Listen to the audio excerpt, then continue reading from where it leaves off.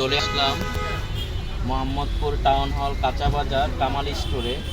তো আজকে আপনাদেরকে দেখাবো সারপোকার জন্য যারা অতিষ্ঠ অনেক জিনিস ব্যবহার করছেন সারপোকার জন্য, সারপোকা বাসা থেকে তাড়াইতে পারতেছেন না, তারা এই ব্যাডবাক্স স্প্রে ব্যবহার করবেন।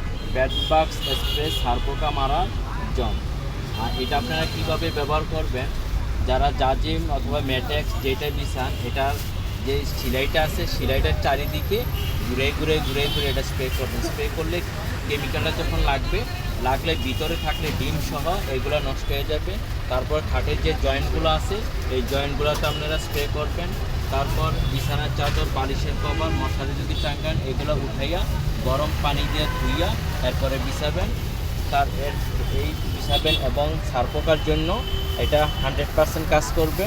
কোনো এটা দুর্গন্ধ হবে না, কোনো গ্যাস হবে না, এটা মানুষের কোনো ক্ষতি করবে না। এই ব্যাডবাক্স স্প্রে সারপোকার জন্য হেভি কার্যকর।